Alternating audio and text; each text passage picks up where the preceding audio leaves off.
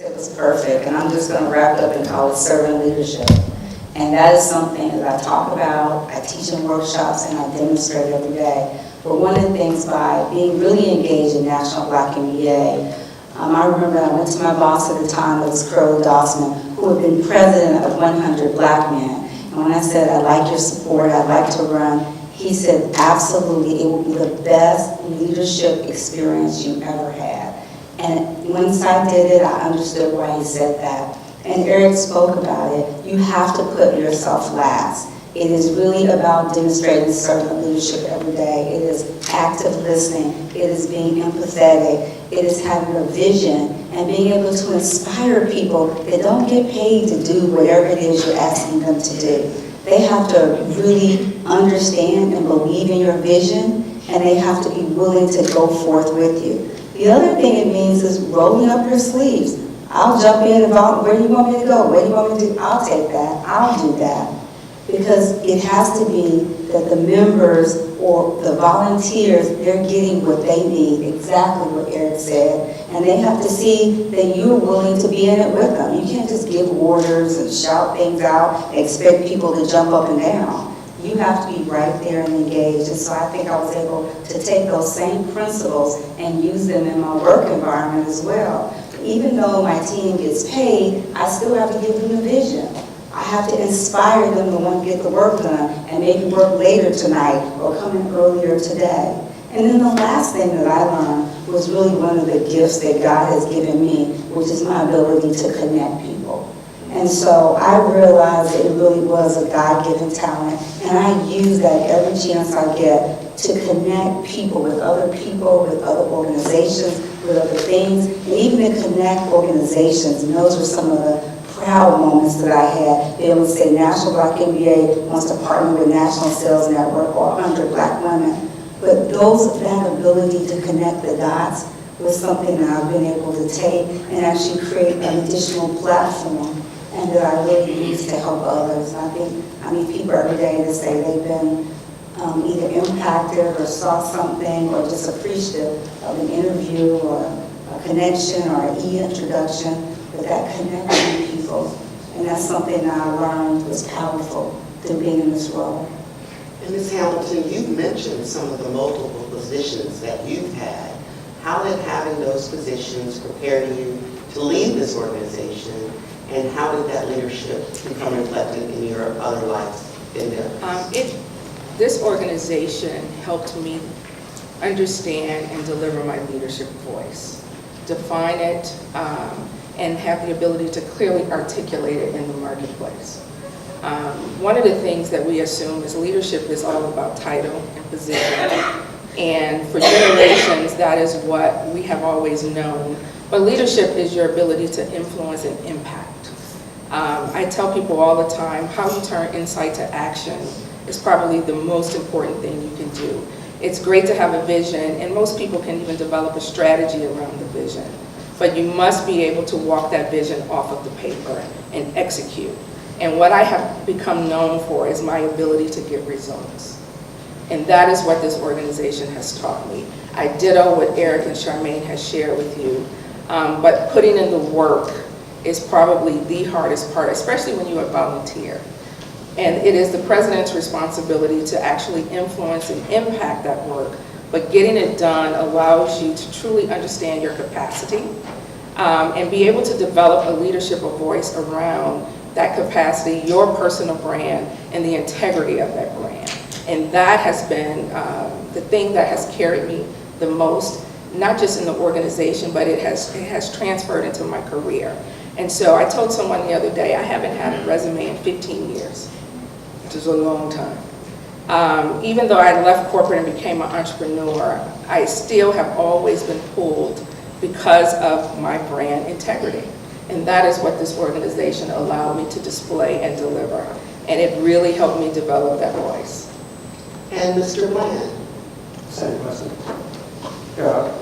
When I first joined the organization, any organization, it's so important to remember, yes, you are a volunteer, but it is a choice that you make. So at the end of the day, I don't care if I'm part of the Black MBAs and student affairs, membership, corporate affairs, if I'm even volunteering in my church parking lot. when I'm in the rain, when it's hot out there, rain, so that's the committee that I made.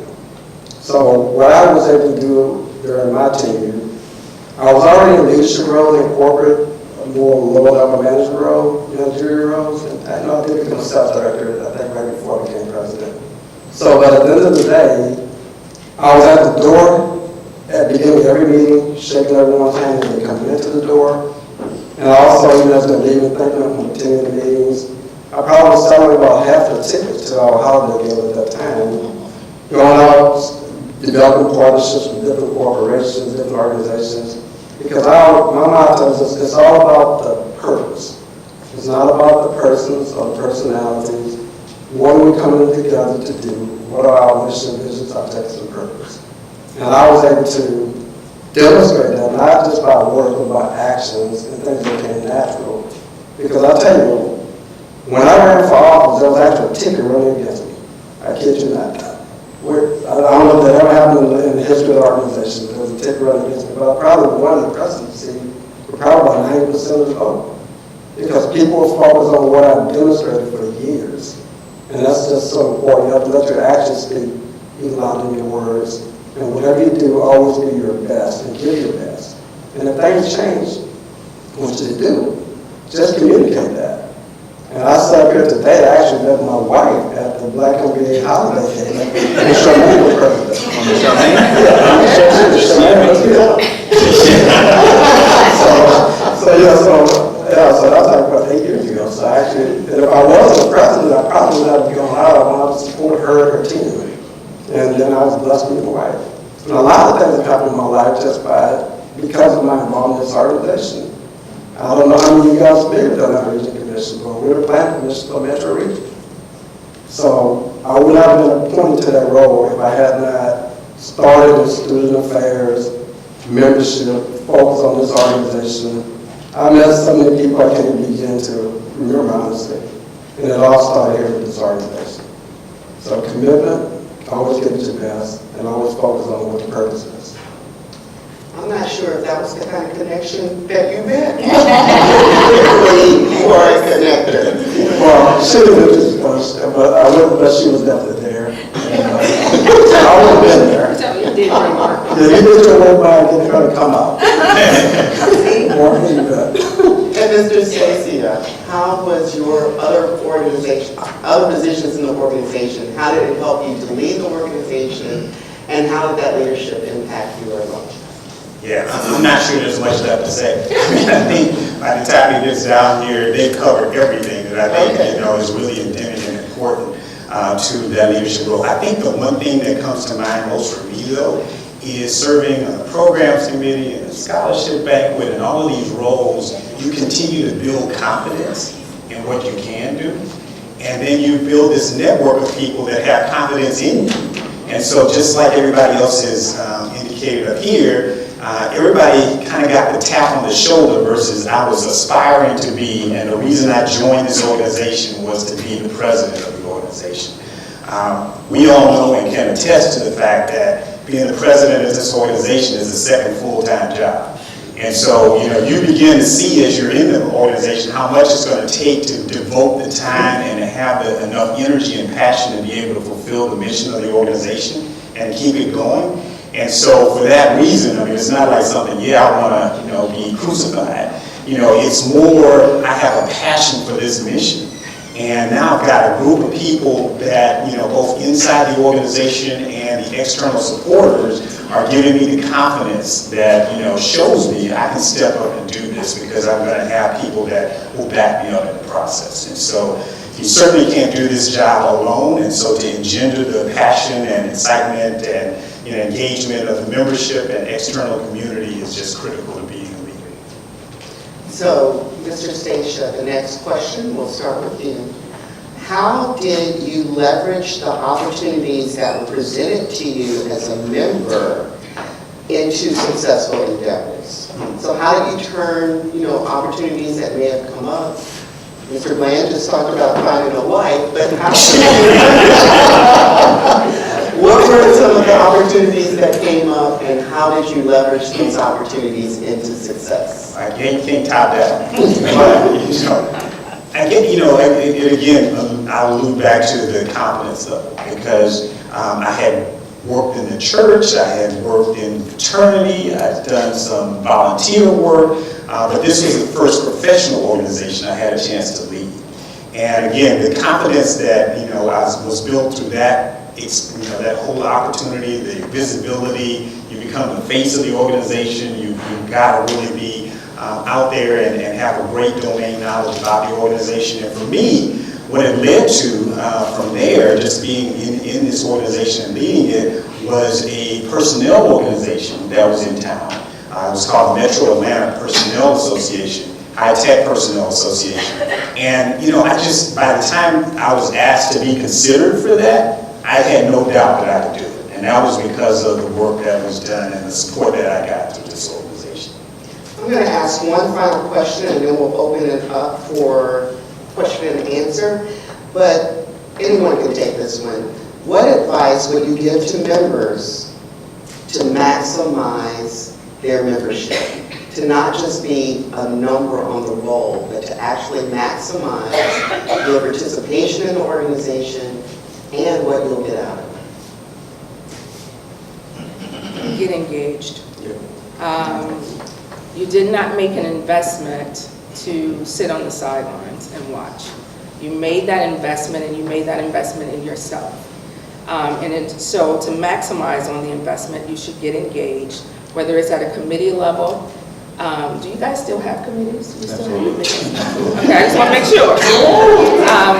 But get engaged at a committee level, and then escalate that involvement, and make sure that you are very intentional. I always tell people, you don't join an organization because you have nothing to do. You join an organization because you have something that you're trying to accomplish. And so be very intentional on what that accomplishment is and work towards that accomplishment. And so joining a committee, getting engaged, looking at directorships as the ability to progress comes along, and then consider running for office, where you are able to truly, truly exercise your leadership capability. As Kevin just mentioned, one of the things that it really does for you is help build your confidence. And that translates into your professional life, and in that corporate environment that you are residing, that it really, really helps in that capacity. So engagement. And then thanks to Charmaine, because there was a time where we didn't believe in social activities until Charmaine came along. And she was, and I'm not saying that in a negative way, but she would, when we were in board meetings, she would say you must have a social or lifestyle component in this engagement so that people can get to know one another and network outside of these structured meetings. So you all have Charmaine to thank. And I will tell you, I had a young board who said, we want to have networking cocktail events. And I said, okay. What do we say? Active listening, right? Right. So. But that is, the engagement is the most important piece. Aaron, someone else? I was going to give a real life example. So being present and coming to the meetings and getting to know just as many people as possible when you're here. Come up and introduce yourself to the board members. So 2 years ago, I believe we were in Orlando 2 years ago. Yes. We had a member who was very active, came to every meeting, went to conference, and if you ever go to conference, the lines are long to the most popular brands. Because she knew the board members, myself, she said, I'm frustrated, I'm having a hard time. So we took her to the front of the line and introduced her to an actual representative for the firm who wanted to get an interview, and she is now gainfully employed. And she had been unemployed for 9 months. And she knows that she would not have had that opportunity had she not been here, coming on a regular basis. Don't come when it's triage, right? You're unemployed, severance runs out, Frustrated. all right? Need gas money. And then you ask, Charmaine for help, because you're the connector. And she wants you to do a bomb run for her. And that's just not fair. So come when you don't, come here when you don't need us. Right. And then when you do need us, we're going to be there and get you 6. And that's understanding that relationships, people always say, how do things get done? Relationships are the art of the deal. It doesn't matter what you need, how you need it. It is the relationships that drive how you move forward. I just want to add to that. Because I started a network 20 years ago, again, as in my company, my professional network. And most people always say it's not what you know, it's also who you know, but it's also what they know about you and what they're willing to do on your behalf. You can know a ton of people, but they're not willing to act on your behalf because they don't know who you are oftentimes. Most of us get so many calls and emails. I mean, I've had it for like decades of being involved, and I'm more likely to help out. Like, for example, the oldest is there. I've known him for 20 years. So Otis gave me a call, I'm more likely to do more for him because he was involved long before we became presidents of the organization. This doesn't define us. This is part of what we've accomplished in life. But we're just natural, down-to-earth, accessible people. And I recall when I was president, folks try to put you on a certain pedestal. It's almost like you're untouchable. You can't look at folks like that. I've taken many people to meetings, even students. I took a student to a meeting when Mary Franklin was on the Harrison board. That translated into a job where he's been working in South Africa as a Morehouse student. He says, like, I never would have met Mary Franklin if he did not bring me to this event. And if he wasn't reaching out and didn't follow up, I probably would not have even known who he was. So get involved. Don't be defined by titles. Because blessings are waiting all the time. I mean, literally, my entire life, there's no way I could have mapped it out to have it involved where it has.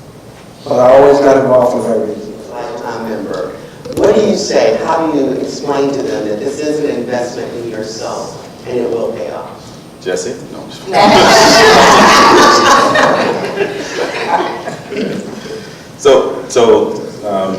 Great question. The cost is actually $150 a year, so you don't really have a lifetime investment. So it's an annual investment. Think about it this way. So we have Floyd Troutman in the room who does PMP class. He offers that class for $1,800 for the general population. For a member of the National Black MBA, you get it for $995. So you get half price. Okay? That's number one. That's the initial investment. But you cannot, that more than 8-fold pays for itself. So that makes a lot of sense. Secondly, Inside Look is only membership only. So an Inside Look where you get the top 30, 35 of our members that go to an intimate reception. We have a placement rate between 10, 20%. So 20% on 30, 6 people get jobs. Where else are you going to get to a hiring manager or someone we call the economic buyer? That's the individual who has the decision, has the right to make the decision. In a small, intimate setting where you only got to beat out 10 more people. I mean, think about it. We're anywhere else you have to go into a black hole. Because if you go to Indeed.com, submit your resume, right? You may or may not. Right? Then you got to get a stalker because you got to get my resume. Right? This way, you go back, FaceTime, you get an immediate response, and they have real jobs. And these aren't the jobs that are posted because they have to. These are jobs because they posted because there's a need. And I just wanted to add that if you really are engaged and if you attend the national conferences, in addition to the education, the training, the workshops, there are 400 plus top 500, Fortune 500 companies that are there to hire. I was hired at a conference to Georgia Pacific at a director's level position. I know Sonia's here. She was hired at a conference. And if we ask people to stand up, I don't know where Sonia is, but I'm sorry. She's back. But she was hired at a conference to where, Sonia? Back. Where were you hired? Oh, for Microsoft and HP. So 2 different times she was hired. So those companies come and they hire. So there are definitely some advantages to being a member, to being engaged, and especially locally, which prepares you, gives you local networks, gives you local access, but also nationally, where you can get the same type of thing, but in a bigger arena. So I just want to definitely talk about the national conference, which just such a huge supporter of. I mean, I told Charmaine no. Like I told her, she wanted me to get the coffee. And I wasn't going to do that. And if you could see that and the impact it had, there was no reason why you should stand on the sideline when you see, when that event occurs, particularly if you have parents who grew up in the 30s. For me, it was absolutely, and I mentioned Sonia. Sonia is one of my BFFs. Sonia invited me to go to a conference. I had a great job. She was like, don't worry, just come hang out, or bring your resume just in case. And I said, well, I think I can go there. It was in Nashville, Tennessee. I was not a member. And I'm telling you, I said, okay, so what is this about? What do you do? And she said, just bring your resume, wear your suit, and we're gonna hang out. If y'all know something, we're gonna hang out. So I go there, and I promise you, I walked through the doors, and I looked at the biggest expo I had ever seen in my life. And I said, Sonia, all you have to do is walk up and get a job? She said, that's about it. I said, oh, this is on. I had the best time ever. And I wasn't even looking for a job, but I came away with 4 interviews, and even the next year, I was hired in Georgia Pacific. So it was, for me, when I saw that and I saw the resources that they brought to our community, I saw how professionally done this was. I told everybody I know about conference and that experience that I had, because it's hard to believe that there are 500, 400 companies, depending on the year, there to hire African American professionals. And you just got to go with your A game. I mean, that's how I looked at it. And even if you don't get hired that time, there are people that get hired the next year or the next year, where, you know, part of it is also bringing your game up. Maybe you weren't tight, and you're looking around the other people in line, and you're like, ooh, or you're looking at their resume. So some of it is learning, but for me, that did it. I mean, I became a member during that conference. And there has been an evolution even in that process, because now we encourage, and many of our corporate partners hire on site. They have taken the model, and we really talk to them about having active engagement and how they will roll out their engagement with us during conference. And so now they have hiring managers on hand, background checks on hand, in the employment network, and they are making offers on site. And so for me, it was very different than what you have heard and what you know as National Black MBA. I leveraged National Black MBA as an entrepreneur. I begged the association probably in around 2005 and 2006 to have more robust entrepreneurial programming, and the VP of programming at the time and one of our lifetime members created what we call Entrepreneur Institute. And that rolled out in the marketplace. And because I had been director of corporate affairs and knew I had this business in my head, I was able to leverage those relationships with our corporate partners for my own business. And I was able to bootstrap that business and grow it and sell it after 7 years as a result of National Black MBA. So people often ask me, why are you so passionate about National Black MBA? It is what it delivers to the marketplace for people that look like you and I. But more importantly, it is what it did for my life. And it was very, very impactful. Great question. You know, one thing, if I could add to that, one thing that comes to mind, that was my revelation, was the network.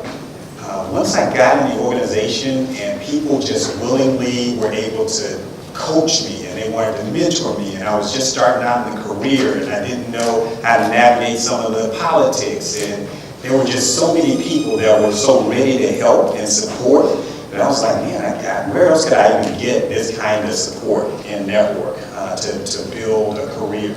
And so I really have stayed engaged because I probably have more friends in the organization now than I do just people that are, you know, meet at a meeting kind of thing. And I think that's what you'll find as you join this organization, as you get involved. You develop, you know, deeper relationships with people that will help you in the long term.